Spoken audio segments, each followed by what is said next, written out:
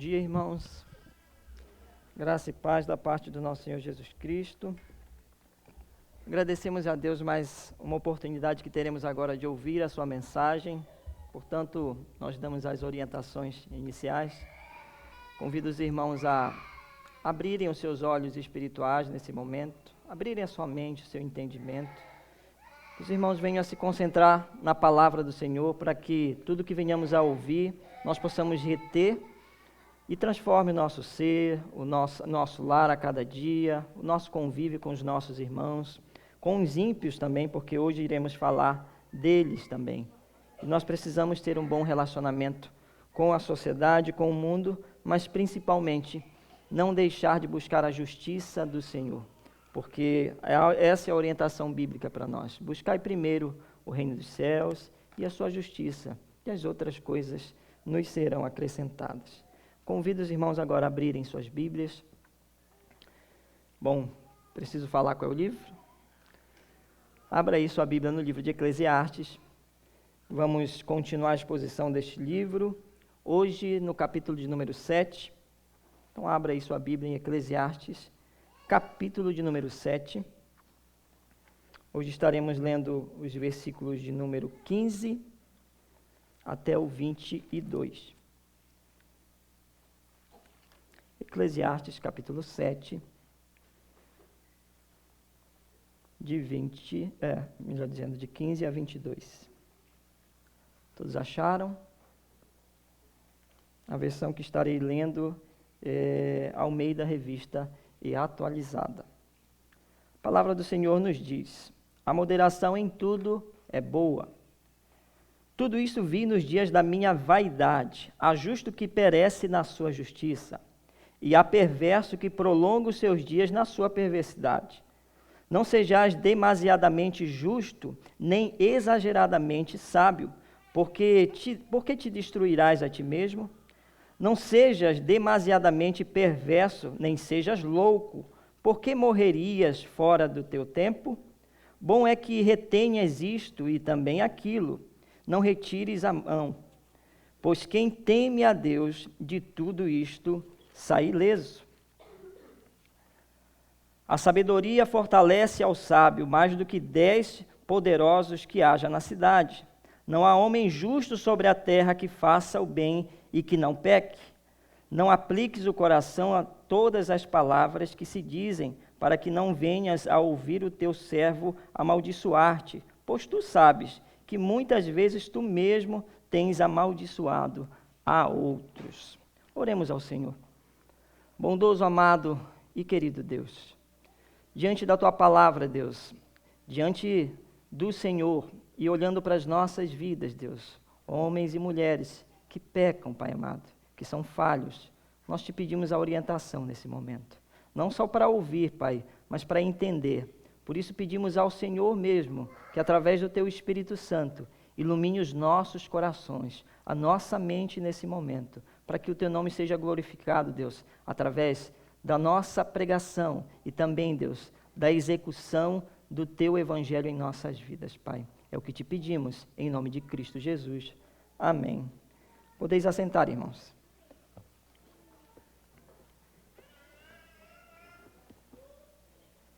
Bom, irmãos, mais uma vez nós temos a oportunidade de ouvir o Kohelet. Alguns pegam no meu pé porque eu falo esse nome, né?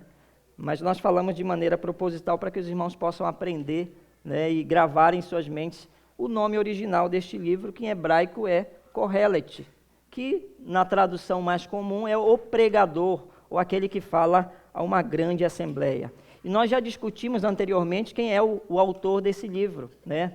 Tanto a tradição judaica e reformada acredita que este livro foi escrito por Salomão, né? Diferente de alguns pensadores da atualidade que não acreditam que Salomão tenha escrito esse livro. Mas por muitas características desse livro, nós chegamos a essa conclusão, que realmente se trata do rei Salomão, escrevendo já no finalzinho da sua vida. E guardem essa informação, né? E outrora a gente já falou que provavelmente Salomão, quando disse essas palavras, ou provavelmente escreveu este livro, ele falou já na sua velhice. E aqui mais uma vez, Salomão vai tratar de um tema que é tão atual nos dias de hoje, e que é o tema da justiça. Olhe para o mundo ao redor, olhe para a sua vida, olhe para os governos atuais e me diga uma coisa: você consegue ver justiça verdadeira nesse mundo? Você consegue olhar para a sua vida e dizer, eu sou um homem, eu sou uma mulher que anda na justiça do Senhor? Você consegue olhar para os juízes da atualidade e perceber neles que são juízes que julgam as suas causas com justiça verdadeira, sem olhar para os seus anseios próprios, para o seu ego, seu egoísmo ou interesses pessoais? Você acha que nós vivemos num mundo justo? Para onde o mundo tem caminhado? A justiça não é algo da atualidade. Desde que o mundo é mundo, necessitamos de homens e mulheres até para julgar as nossas causas. Vamos lembrar um pouco e recapitular na Bíblia Sagrada do que aconteceu com Moisés. Moisés é chamado por Deus para levar a lei para os seus escolhidos. E é interessante que, num certo momento da história, Moisés se vê na grande tarefa de julgar muitas e muitas causas.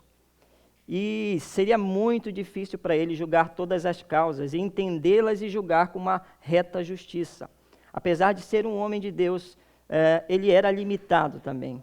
E aí chega o seu sogro, né, com grande sabedoria, e dá uma orientação a Moisés. Qual é essa orientação? Olha, escolhe homens capazes e coloque esses homens para te ajudar. E mais tarde a gente vê nascendo então a era dos juízes na Bíblia Sagrada. Os juízes que foram tão importantes e que são importantes hoje. De fato, eu e você somos juízes, independentemente da nossa formação acadêmica. Todos nós temos a capacidade de julgar. Infelizmente, irmãos, a gente pega alguns trechos bíblicos e a gente insiste na ideia que é a seguinte: olha, não julgueis para que não sejais julgados. E a gente fecha a questão. Mas automaticamente nós julgamos depois de ler esse texto. Nós sempre vamos julgar, né? E lembrando que essa palavra julgamento, ela vem de um termo bem antigo, e no latim ele significava literalmente uma vara, ou se a gente colocar por uma palavra atual, uma régua de medir. Significa então que julgamento é pegar uma régua ou uma vara de medir e sair por aí vendo se as coisas estão como devem ser, se estão na medida correta. Então é fato que eu, como adulto, você como jovem, você como adolescente, até as crianças têm a capacidade de julgar uns aos outros, mas a grande incapacidade que nós temos é de julgar as nossas próprias causas. Por quê? Nós julgamos como verdadeiros advogados. Nós sempre pegamos leve quando a coisa é conosco. Quando se trata de um julgamento pessoal, nós temos a dificuldade de julgar a nós mesmos. Nós pegamos mais leve. Quando alguém erra no meu lado na fábrica, né, provavelmente o meu julgamento vai ser bem pesado. Mas quando eu erro, eu tenho um pouquinho mais de compaixão para comigo. Eu digo, foi apenas um erro, né? Pode acontecer, eu sou um homem falho. Mas, infelizmente, quando nós olhamos para a falha alheia, nós pesamos mais a mão. Porém, nós mesmos, nós sempre pegamos leve. Então, olhem que independente dos juízes que têm formação acadêmica, todos nós julgamos. Mas, infelizmente, irmãos, nós, a maioria das vezes, julgamos com a vara ou a régua de medir incorreta. Então, o pregador agora, mais uma vez, vai insistir nessa ideia da justiça. E o texto que nós lemos, vamos lembrar lá do versículo de número 15, que diz o seguinte: tudo isso vi nos dias da minha vaidade. Ele começa dizendo nesse trecho aqui, de uma forma pessoal, nos dias da minha própria vaidade eu vi algo. O que ele viu? Há justo que perece na sua justiça, e há perverso que prolonga os seus dias na sua perversidade. Quando a gente olha esse texto aqui, a maioria de nós vai interpretar o seguinte: olha, provavelmente é alguém que está um justo ou que se acha justo, sentindo inveja daquela pessoa que não caminha na justiça, que o texto vai tratar aqui como alguém perverso. Mas, na verdade, irmãos, se trata algo além disso. Quando ele diz que há justo que perece na sua justiça, ele está falando de uma justiça própria. Que justo é esse que ele está dizendo? Ele mesmo diz aqui, justo que perece na sua justiça. Se nós fôssemos trazer para uma linguagem mais clara, seria para a sua própria justiça. Há homem que perece na sua própria justiça, e há perverso que ele prolonga os dias de perversidade. E logo depois ele vai dizer o seguinte: não sejais demasiadamente justo. Essa palavra demasiadamente está na maioria das traduções bíblicas. Quem sabe na tradução de algumas Bíblias mais atuais tem outra palavra. Alguém tem uma palavra diferente na sua Bíblia? Demasiadamente. Não? A maioria das traduções está esse mesmo termo, né? Há alguma diferente? O versículo de número 16. Excessivamente, exageradamente. Então, o texto está falando, e o Kohelet está dizendo a respeito de um homem que se julga muito e muito justo. Justo acima de todo mundo, demasiadamente justo. Não é que Salomão está dizendo para nós não buscarmos a justiça. Afinal de contas, esse é Salomão. Muitos de seus escritos falam totalmente o contrário. Dizem que o homem deve buscar a justiça de Deus. Mas agora ele está dizendo, olha, não seja exageradamente justo. E o que Salomão está querendo afirmar ou está afirmando ao falar aquelas pessoas? Irmãos, se a gente for especular aqui, provavelmente Salomão, já na velha idade, está falando a outros anciãos e jovens que já tinham alguma liderança. Lembrem que aqui é um pregador falando a uma assembleia. Então, Salomão está dizendo essas palavras e naquele momento tem pessoas o ouvindo, provavelmente sábios e leigos também, porque queriam ouvir o grande sábio Salomão. Imagine você que se hoje, no dia de hoje, você ouvisse falar que Salomão iria dar uma palestra aqui em Nishio. Provavelmente você, por conhecer a grande sabedoria de Salomão, ia correr para lá. Então é provável que aqui havia uma grande assembleia, muitas pessoas ouvindo o sábio Salomão. E quem sabe muitos foram atrás do segredo da vida, como nós vemos no mundo coach de hoje.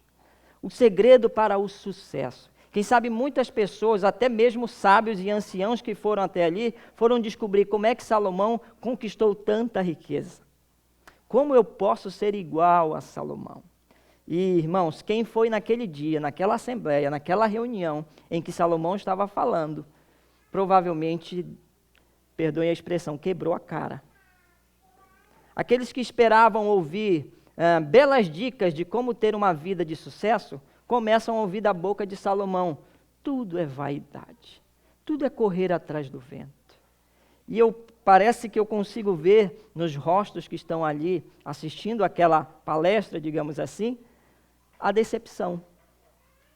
Decepcionados, porque até nós, quando lemos de forma equivocada o livro de Eclesiastes, ficamos meio murchos. Nossa, mas tudo é vaidade. Será que nada presta nesse mundo? O que eu posso reter desse mundo, já que tudo é vaidade, tudo é correr atrás do vento? Então notem que a mensagem de Salomão é profunda.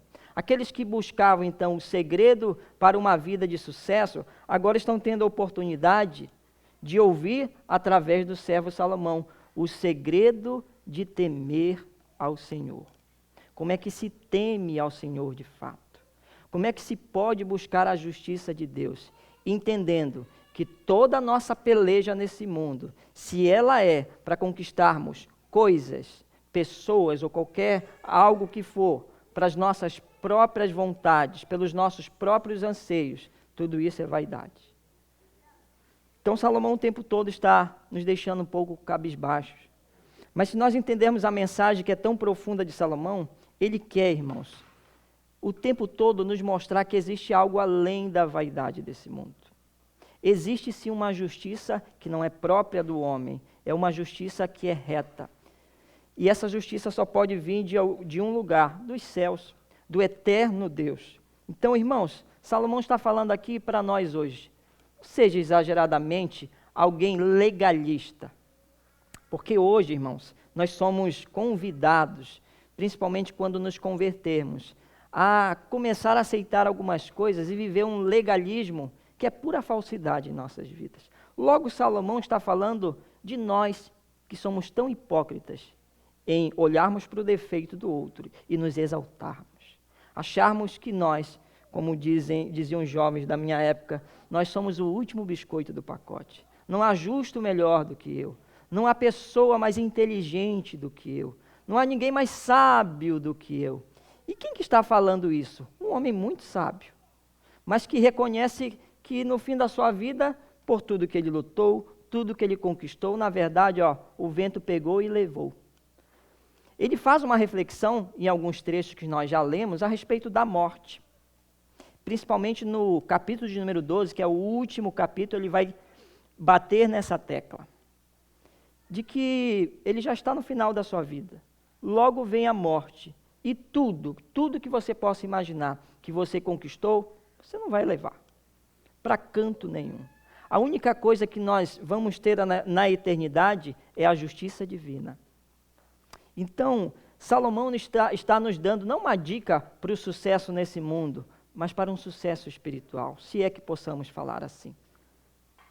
Mas Salomão está nos ensinando que existe algo melhor e maior do que as nossas vontades, que muitas vezes são carnais. Ai do homem que confia no homem. Ai do homem que confia no seu coração. Até quando queremos adorar ao Senhor de todo o coração, de toda a alma, nos atropelamos, damos passos errados. Quando cantamos uma canção, se essa canção não tocar no ritmo que eu gosto, eu saio do culto dizendo, esse culto não foi bom. Esse culto estava faltando alguma coisa. Provavelmente o que estava faltando é algum anseio do teu coração ser atendido. E muitos de nós chegamos diante de Deus com anseios, e é verdade, Ele nos ouve, Ele quer nos ouvir. Ele quer que confessemos a Ele as nossas falhas, Ele quer que confessemos a Ele as nossas necessidades. Mas muitos têm se achegado a Deus por aquilo que Ele pode dar, não por aquilo que Ele é. Logo, nós que nos julgamos justos, mais uma vez padecemos das nossas injustiças, nos nossos pecados. E Salomão está aqui a nos declarar que tudo é vaidade, inclusive a justiça desse mundo. Irmãos, a idolatria à nossa própria pessoa é um pecado absurdo e que nos afasta de Deus. A idolatria também, a esperança que esse mundo quer nos dar, também nos afasta de Deus. Querem ver um exemplo que nós, crentes, passamos no Brasil? Nós há muito tempo esperávamos um salvador da pátria e muitos de nós depositamos confianças em certos políticos. Quantos de nós não vibramos a hora de apertar o botão da urna eletrônica e pensamos assim, agora sim o Brasil tem a esperança, agora sim o Brasil vai viver uma nova vida, agora o nosso país vai crescer. Mas logo depois das eleições vêm as decepções. E nós continuamos a acreditar que é nesse mundo que nós vamos ver alguma esperança, alguma justiça, e não é. E muitos de nós, irmãos, precisamos confessar que idolatramos a justiça desse mundo. Nós esperamos uma justiça que nunca chegará através de homens. Algo foi nos prometido através de Cristo Jesus, uma nova Jerusalém. É interessante essa analogia de uma nova cidade, né? Ou literalmente, nós devemos acreditar que Cristo separou um lugar, que é chamado na Escritura Sagrada de Nova Jerusalém. Se é uma nova cidade, se é uma nova Jerusalém, então há uma nova administração. A administração, então, ela é totalmente divina nesse sentido.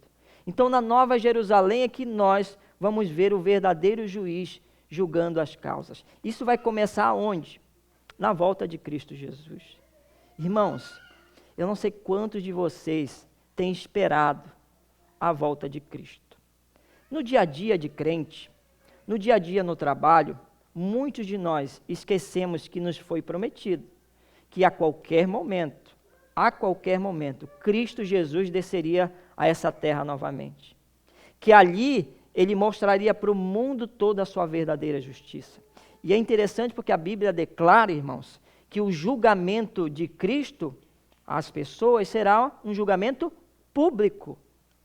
Cristo literalmente vai mostrar ao mundo os seus escolhidos.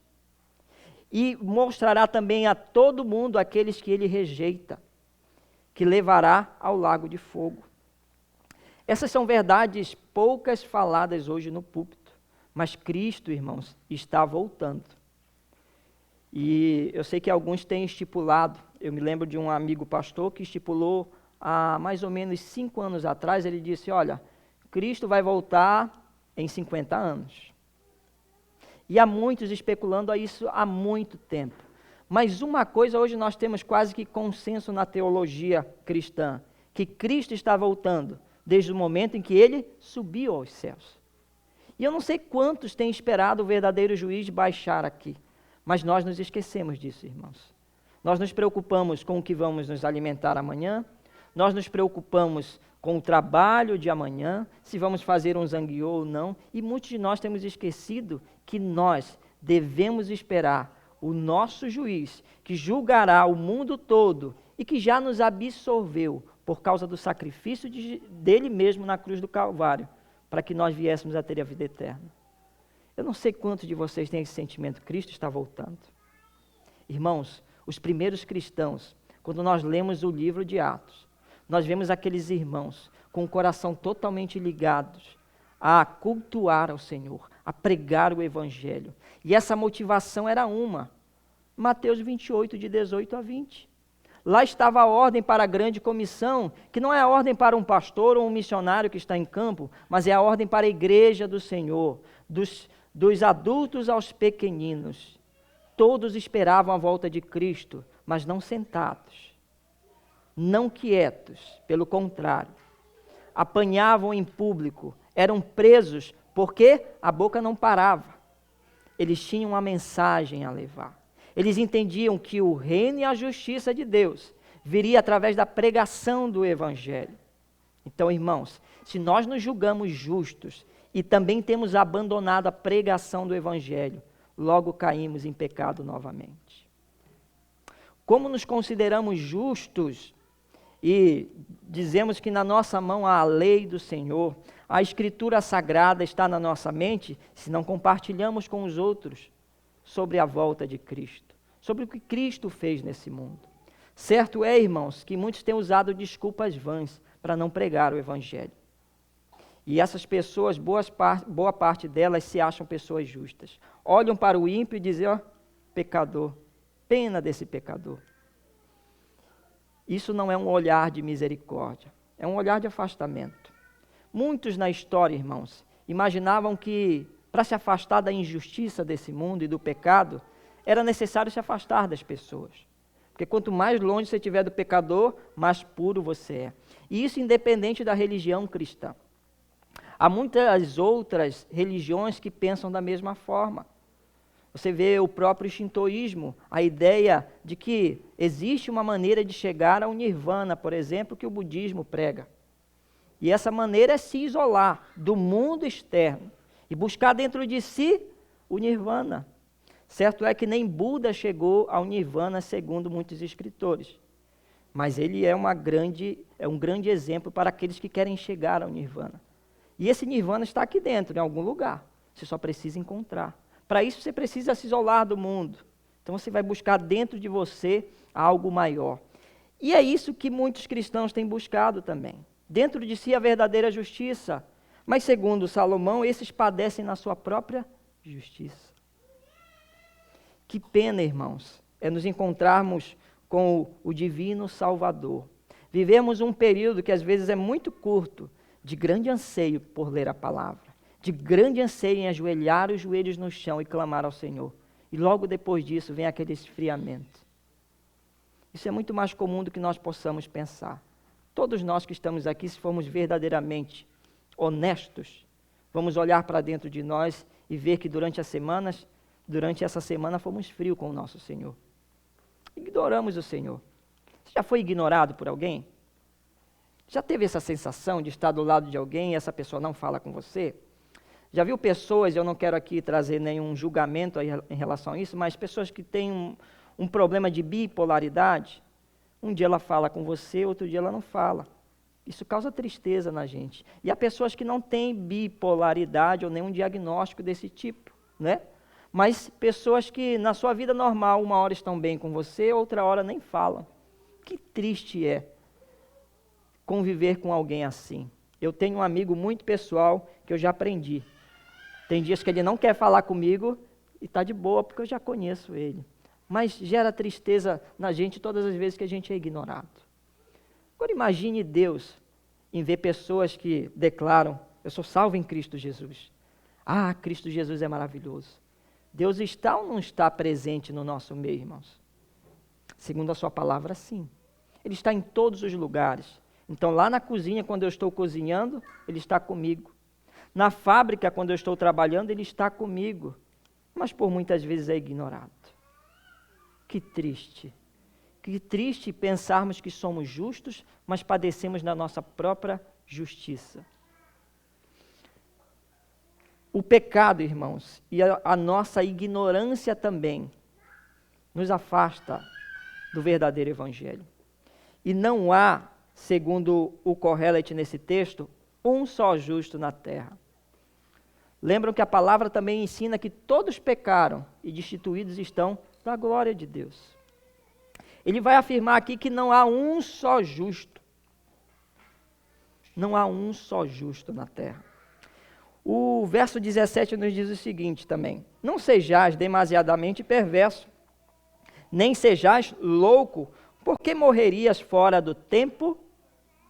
Ele faz uma afirmação e depois, na verdade, ele usa o imperativo aqui: não sejais como loucos, né?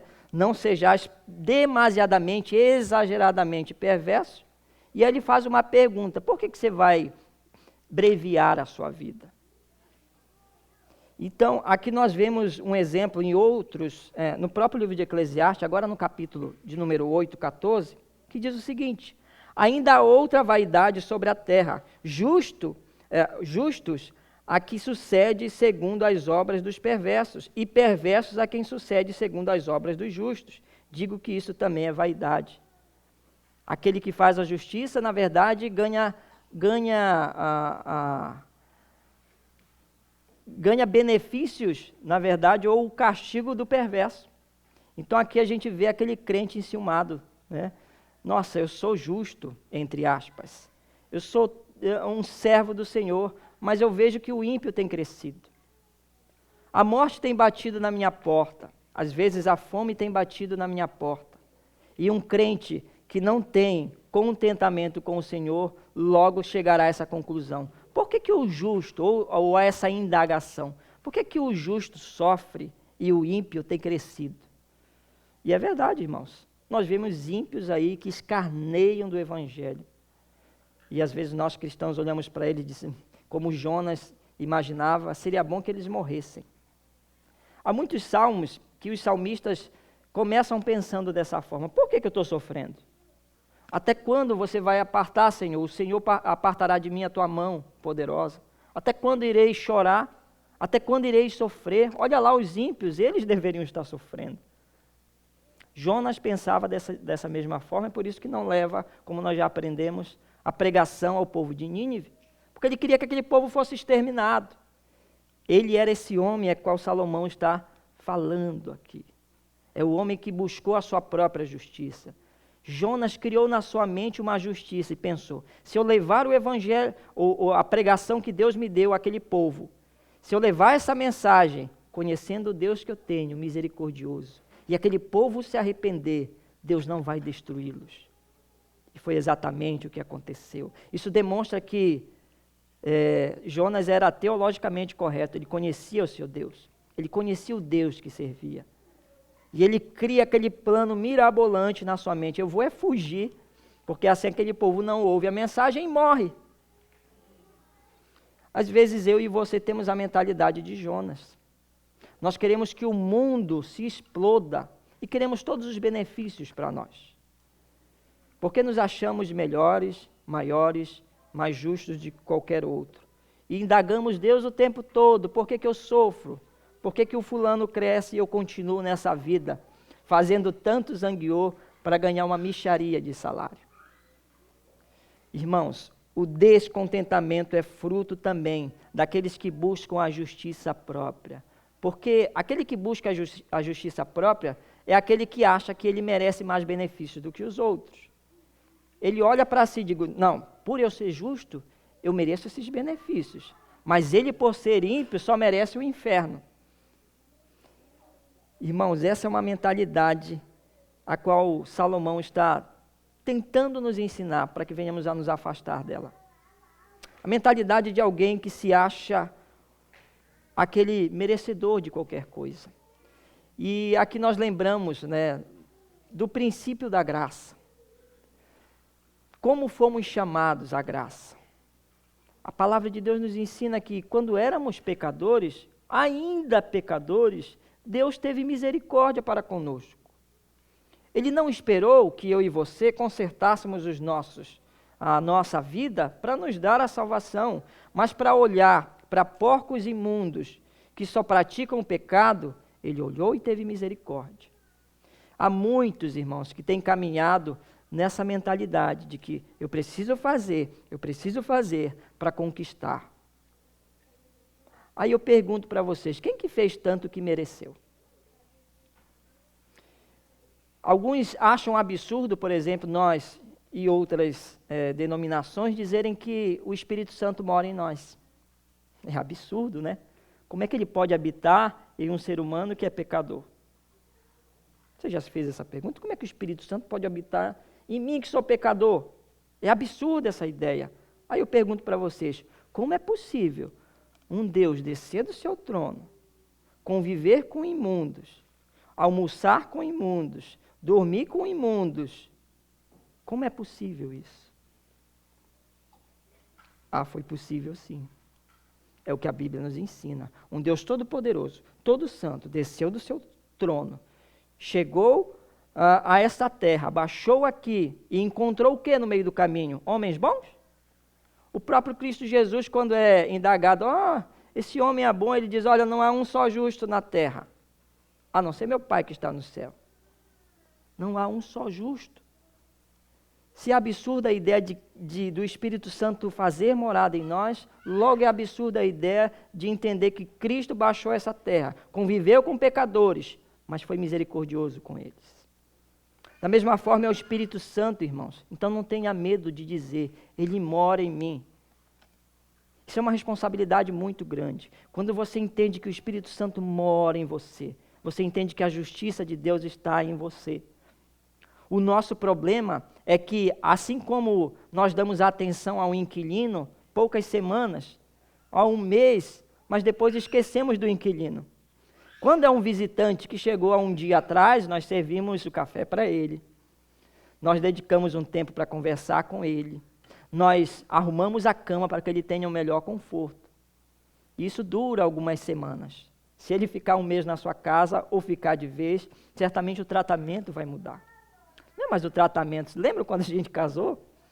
Quando a gente casou, tudo era arrumadinho, tudo estava no seu lugar, a cama sempre arrumada, você levantava e arrumava. Hoje em dia o lençol está jogado para um lado, o travesseiro para o outro, e a gente sai correndo para o trabalho. Alguns devem dizer, não, lá em casa está melhor, que bom.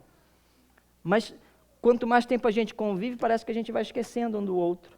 Da mesma forma é o crente com o Espírito Santo. Ele mora em nós, irmãos. Mas nós não podemos esquecer que ele está em nós. E como um certo teólogo uma vez falou, nós precisamos entender que o Espírito Santo, ele não pode ser um residente na nossa vida. Ele tem que ser o presidente. Não apenas um residente. Um residente a gente esquece, deixa ele lá, ele já sabe fazer as coisas só. Mas quando nós temos um presidente dentro de casa, nós rendemos graça e louvores a ele. Quando temos um presidente em casa, quando entramos na casa, entramos com um coração quebrantado.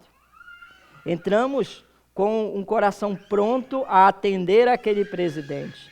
Então, muito mais do que um residente, o Espírito Santo deve ser em nossa vida esse presidente. Um presidente que traz a justiça para o nosso coração. E um coração que vive a justiça própria, está fadado ao que esse mundo tem experimentado, o fracasso e a injustiça. Nós vemos cidadãos sendo presos sem culpa nenhuma, assim como Cristo foi preso. Do outro lado, na outra porta, há um cidadão que cometeu inúmeros crimes, está saindo ileso, está saindo sorrindo, porque ele tem dinheiro no seu bolso. O crime no Brasil de colarinho branco, irmãos, ele nunca vai ser sanado. Nós vemos políticos sendo presos, logo saindo.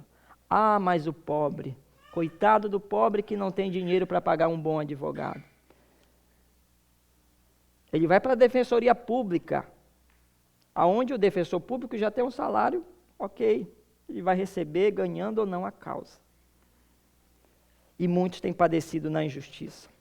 E é claro, irmãos, não é uma questão só de diferença de dinheiro também, porque há homens poderosos que buscam a justiça. E Salomão é um homem que no final da sua vida está inclinado a buscar essa justiça. Era um homem sábio, mas que em alguns momentos vacilou diante do seu Deus. Assim como seu pai Davi. Davi estava a ponto de construir o templo, mas ele fez uma besteira. E o que Deus fez? Olha, você não vai construir o templo. Quem vai construir é seu filho. E foi o que aconteceu. Salomão é quem veio construir o templo. E aí Salomão seria então aquele homem santarrão, seria aquele homem totalmente preparado. Ele foi um grande sábio, mas tão pecador quanto. Tão pecador quanto. Então Salomão está nos dizendo, irmãos, cuidado, não padeça na sua justiça própria. Da mesma forma, não seja exageradamente perverso ou louco, porque o perverso se prolonga na terra os seus dias de perversidade. O que ele está querendo nos dizer sobre o perverso? Irmãos, vamos colocar a limpo a nossa vida, ser transparente. Você, essa semana, teve algum ato de perversidade no seu coração? Ou expôs, colocou isso para fora? Porque aqueles que imaginam, olha, eu quis enforcar meu chefe, mas como eu não enforquei, eu estou de boa, né? Aí vem Jesus e nos ensina que até em pensamento nós afrontamos o Senhor. Só de olhar alguém com um olhar estranho, nós já pecamos. E aí nós olhamos na TV alguns homens perversos. Nossa, olha ali um serial killer. E brevemente a gente vai ver que o que mais vai fazer sucesso são séries, são filmes de serial killer. Pessoas que gostam de assistir, que acham interesse nisso, né? Quem sabe você é uma dessas pessoas.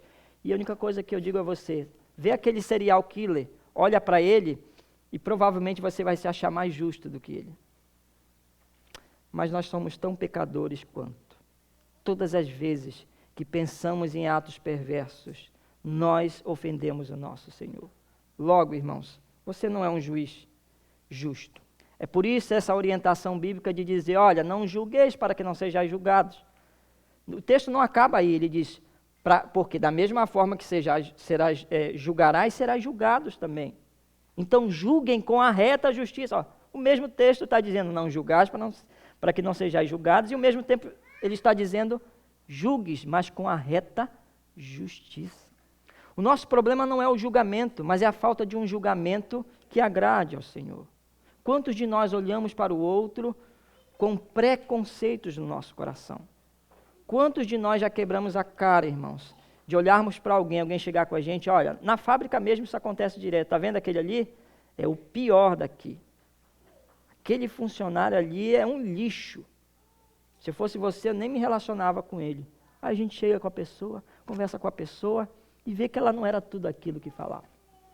A gente vê que realmente ela é alguém pecadora, igual como eu sou, mas que é alguém tolerável, é alguém que dá para conviver. Quantos de nós não temos amigos que outrora foram inimigos?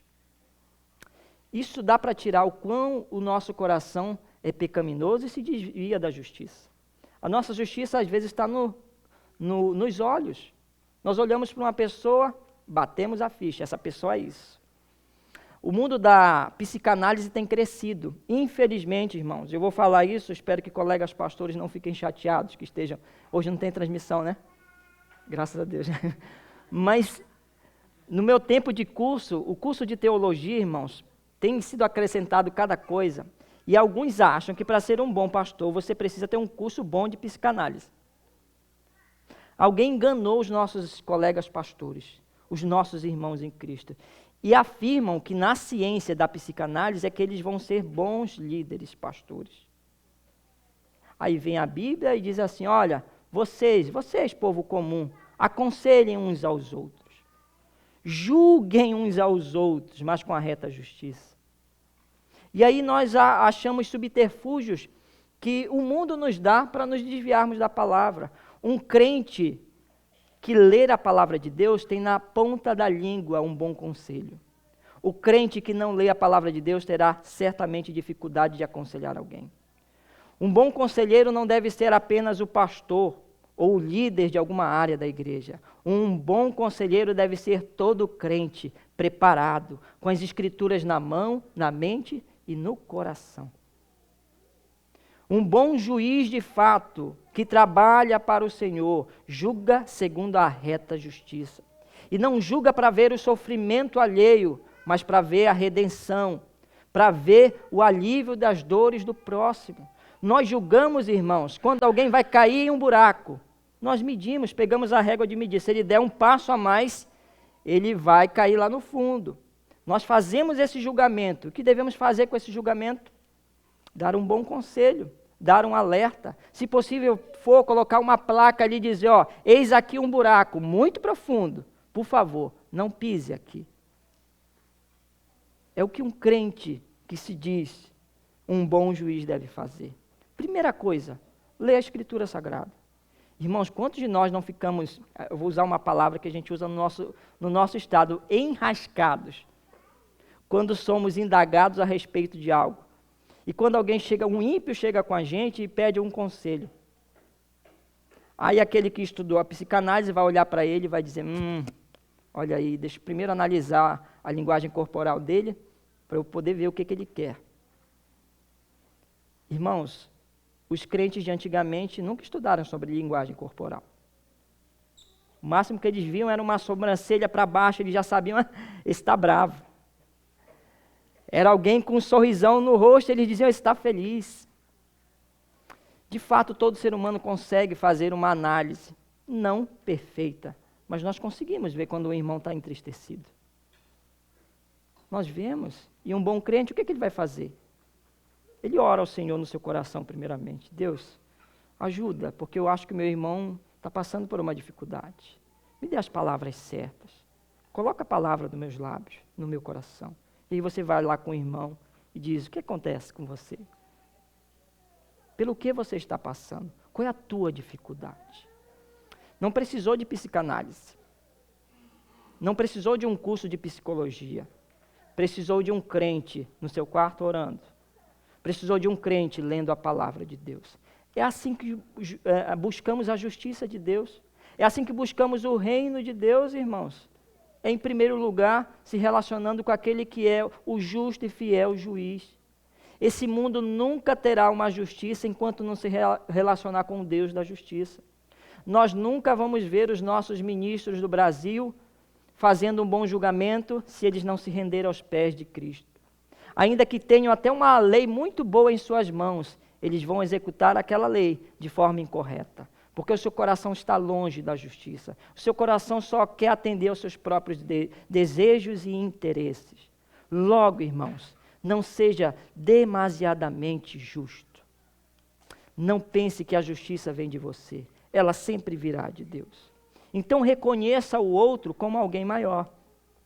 Olha que outros textos da palavra de Deus nos dizem. Romanos 12, por exemplo, o verso 3. Porque pela graça que me foi dada, digo a cada um dentre vós, que não pense de si mesmo além do que convém. Antes pense com moderação, segundo a medida da fé que Deus repartiu a cada um. Olha a orientação em Romanos 12, 3. Como é que você deve pensar de si mesmo? De forma moderada. Então nós vemos uma confirmação no livro de Romanos do que Salomão falou há muito tempo atrás. Não seja demasiadamente justo. Olhe para você de forma moderada. Há outros escritos que nós vamos ver a orientação, por exemplo, de olhar para o irmão como alguém maior do que nós.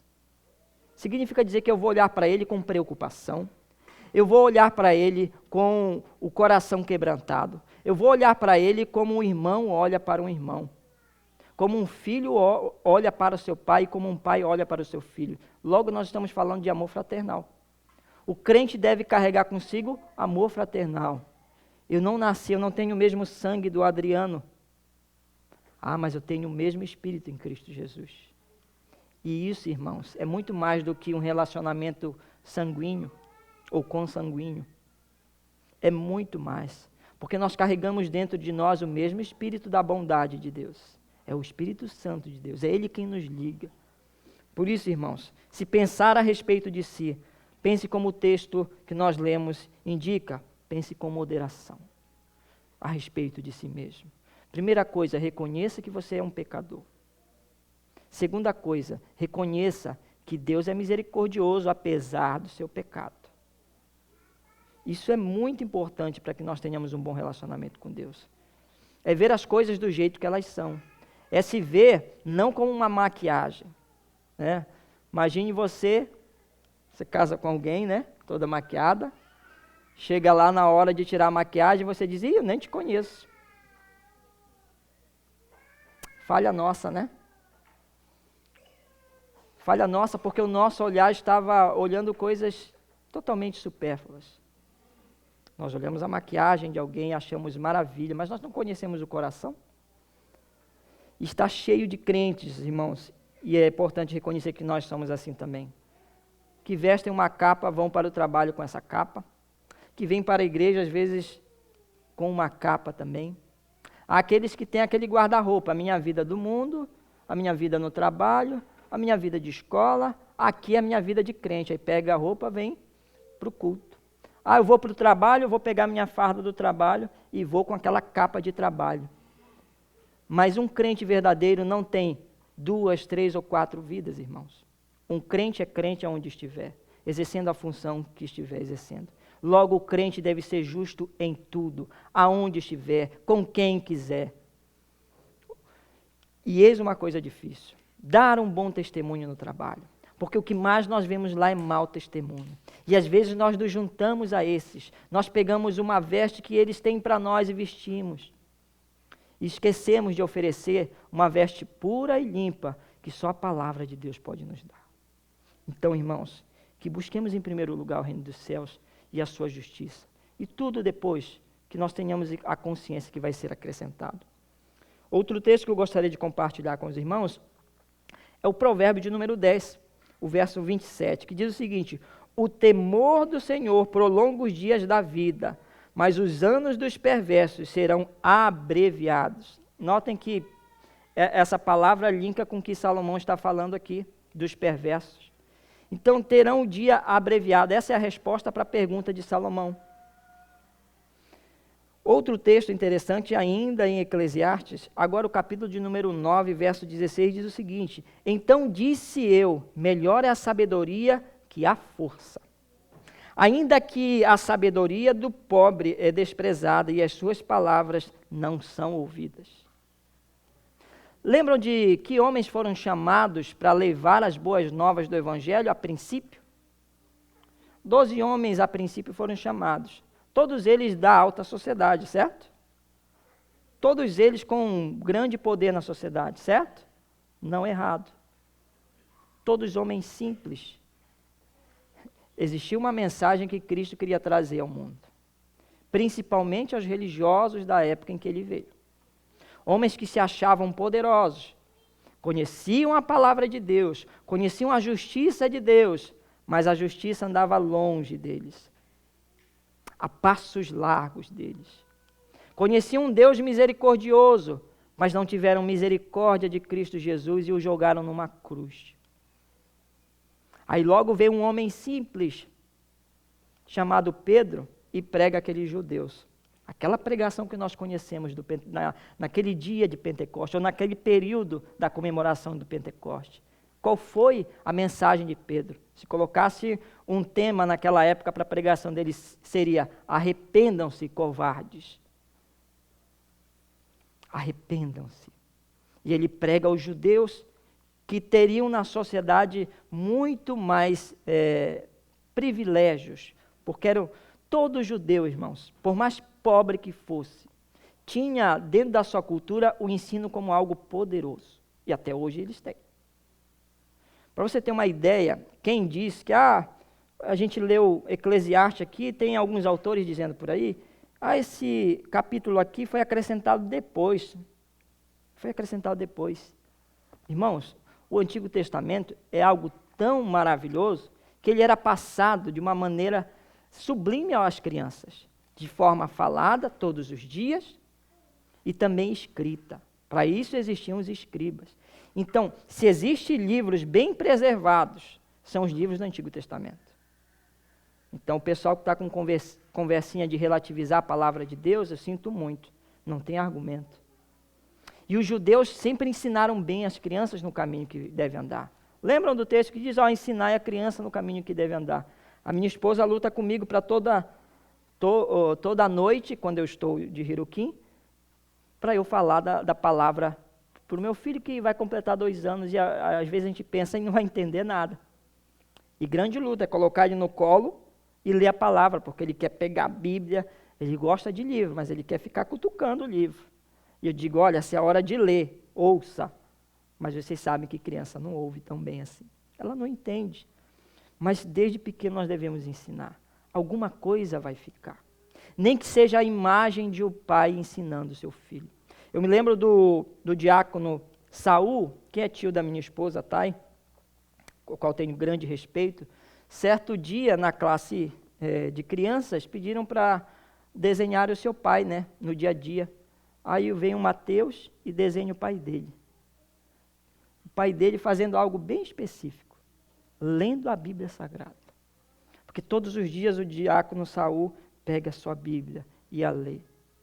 E a imagem que veio na cabeça do Mateus era ver seu pai estudando, escrevendo a palavra de Deus. Que coisa maravilhosa, irmãos. Como nós perdemos esse privilégio? E às vezes eu tenho me perguntado, será que meu filho terá essa imagem de mim? Um homem de bom exemplo, que não só prega num púlpito, mas que chega em casa e lê a palavra de Deus. Que não só se prepara para um culto e às vezes no que do trabalho fica folheando para ver se consegue fazer uma pregação, mas um homem que constantemente busca a sabedoria e a justiça de Deus. Não há como sermos justos, irmãos, se não conhecemos a justiça. E me desculpem, mas quem pensa diferente, que há outras maneiras de conhecer a justiça, mas não há nenhuma outra, a não ser ler a justiça, a não ser meditar na palavra de Deus, de dia e de noite. Há um texto bíblico que nos ensina isso, é meditar na palavra. O termo usado é meditar, significa pensar, inculcar em nossas mentes. Na minha adolescência, existiam os embaixadores de Cristo. Os embaixadores do rei, na verdade, né? Os embaixadores do rei tinham uma tarefa semanal, que era decorar um texto bíblico. E a gente achava muito chato, porque a gente ia ter que ir para frente e decorar. Quem não decorasse, passaria até vergonha. Então a gente se esforçava para decorar. E decorava texto bíblico. E decorava texto bíblico. Aí você pode dizer, isso não vem de Deus porque é um decoreba. Não é, irmãos? Como é que uma criança vai saber ir para a escola sozinho? O japonês manda a criança para a escola sozinho, né? Como é que ele vai sozinho para a escola? Porque ele conhece o caminho. Como foi para ele conhecer o caminho? Ele teve que ir lá várias vezes. Então, a repetição, diferente do que os pedagogos da atualidade estão dizendo, ela não é algo que se deve jogar fora. A repetição nos ajuda, irmãos. É repetindo um texto bíblico que quando meu colega me falar que quer uma orientação, ela vem à minha mente. Lembrei de um texto bíblico que pode te ajudar. E a gente esquece essas coisas. Eu fiz pedagogia no Brasil e me arrependi muito. Me arrependi muito, porque uma das coisas que foram atacadas é a criança não precisa de repetição, ela necessita. Ensina a criança de dia e de noite que há um Deus poderoso. Ensina a criança que quando ela está em birra, ela está em pecado contra o seu Senhor. Ensina a criança que todas as vezes que ela agrediu o coleguinha, ela ofendeu ao coleguinha, aos pais do coleguinha e ofendeu primeiramente a Deus. Ensina a criança, repete, inculca a palavra, ensina a criança. Como é que nós vamos querer uma sociedade justa se não ensinamos a justiça? Então, irmãos, primeiramente, não sejais demasiadamente justo. E se você deseja praticar a justiça verdadeira de Deus, se prepare para isso, todos os dias. Se prepare para ser um homem e uma mulher justos de fato, que não olham para si com hipocrisia, reconhecem quem são, mas que buscam o reino dos céus, que buscam a justiça de Deus. Salomão também fala quão grande aqui, para terminar, a sabedoria. Como é necessária a sabedoria. O que ele diz no texto que a gente leu? Que a sabedoria é mais forte do que qualquer homem poderoso, ou 10 homens poderosos que há na cidade. A sabedoria é fortíssima.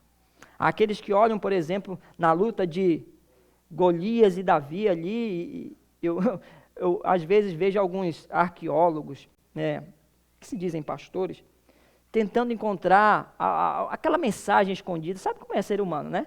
A gente olha o texto, tem uma mensagem escondida aqui. E aí olham, muitos analistas têm olhado para Davi, nossa, que habilidade ele tinha com aquela funda. Aquela habilidade fez ele derrubar o gigante. Irmãos, é provável que ele nunca tenha pego numa espada. E a gente sabe o que aconteceu com o gigante depois que caiu. O que ele fez com a espada, o Davi. Provavelmente, para um gigante, alguém de alta estatura, aquela espada era pesada. E a gente fica querendo encontrar nos homens algum mérito, alguma habilidade. E esquece que Davi só fez o que fez porque era um homem temente ao Senhor. Logo, a sua conquista não foi uma conquista própria. Não tem nada a ver com as habilidades de Davi. Ele era bom para outras coisas. Coloca ele para pastorear, sem a ver. Ele sabia muito bem pastorear. Mas ele teve que derrubar um gigante, sem nunca ter frequentado um ambiente de guerra. E o que é isso, irmãos? É habilidade? Não, é dependência do Senhor. O problema é que nós queremos ver as nossas habilidades, as nossas próprias justiças, e a nossa até própria sabedoria. Eu preciso de um curso de psicanálise para ver o meu irmão e ver o que realmente ele passa. Eu preciso estudar mais as coisas desse mundo, porque sem elas eu não consigo ser um bom crente. E aqui Salomão nos dá uma orientação também, olha, busque essas coisas, mas também essas outras. Logo, se a gente fosse fechar esse trecho do livro que nós lemos hoje, em algo compacto, seria que Salomão está nos dizendo, busquem o quê? O equilíbrio de todas as coisas. Não seja demasiadamente justo, no sentido de ser um falso justiceiro. Não seja demasiadamente alguém que busca a loucura, a maldade, perverso, mas busque o equilíbrio de tudo isso. Faça essas coisas sem esquecer dessas outras. Um crente bem equilibrado certamente não vai cair nas amarras da autossuficiência. Um crente bem equilibrado entende quem é o seu Senhor, entende que é pecador, mas entende que Deus é misericordioso. Logo também esse crente busca a sabedoria. Busque a sabedoria. Há tempo que nós não vamos mais achar a sabedoria. Há tempos, quem sabe, eu e você sejamos proibidos de ler a palavra de Deus. E se você não tiver nada na sua mente, irmãos, a respeito da palavra de Deus, vai ser difícil a tua vida nesse mundo. Se hoje te arrancassem, se hoje o Japão, que Deus nos livre, decretasse a partir de hoje, ninguém mais com Bíblia, vamos queimar todas as Bíblias. Vocês não vão mais ter acesso à Bíblia Sagrada. Se você é um crente que não tem nada na sua mente a respeito da palavra de Deus, se preocupe. Certamente, se você é esse crente, toda a justiça que você está praticando é uma justiça vã. Ela não procede de Deus. Ela procede das tuas impressões. Ela procede de uma sabedoria que até o mundo te deu, que você herdou de pai e mãe, que são muito importantes, mas ela não provém de Deus. Se hoje nós fôssemos proibidos de ler a palavra de Deus e não sobrasse nada dessa palavra no nosso coração, é porque tem alguma coisa de errado. Nós não estamos nos voltando para o justo e reto juiz. Logo, irmãos, eu acho que alguns temas das Bíblias de vocês, que tem algum tema aí em cima, fala sobre moderação em tudo. Seja um crente moderado. Não julgue as pessoas com tantas pedras na mão. Olhe para elas como pessoas pecadoras, sim, que é o que elas são. Mas olhe para elas com um olhar de misericórdia, porque um dia eu e você tivemos esse olhar. Cristo olhou para nós, olhou para o nosso coração, viu a nossa imundície e ainda assim nos estendeu sua mão.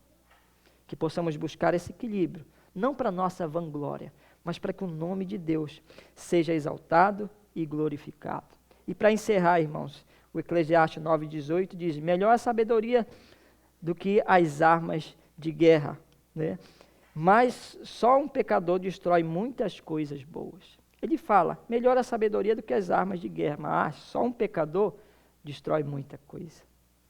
Que possamos buscar a verdadeira sabedoria de Deus. Que a cada dia possamos olhar para esse mundo e entender que Salomão está muito correto na sua análise. Tudo é vaidade, é correr atrás do vento. Eu te convido a orar comigo essa manhã e colocar diante de Deus esse teu coração que vive julgando.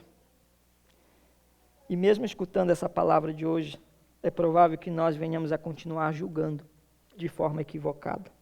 Por isso precisamos pedir o auxílio do Senhor. Eu quero te convidar hoje a olhar para o teu coração. Pensar em algumas atitudes que você tem tomado diante da justiça.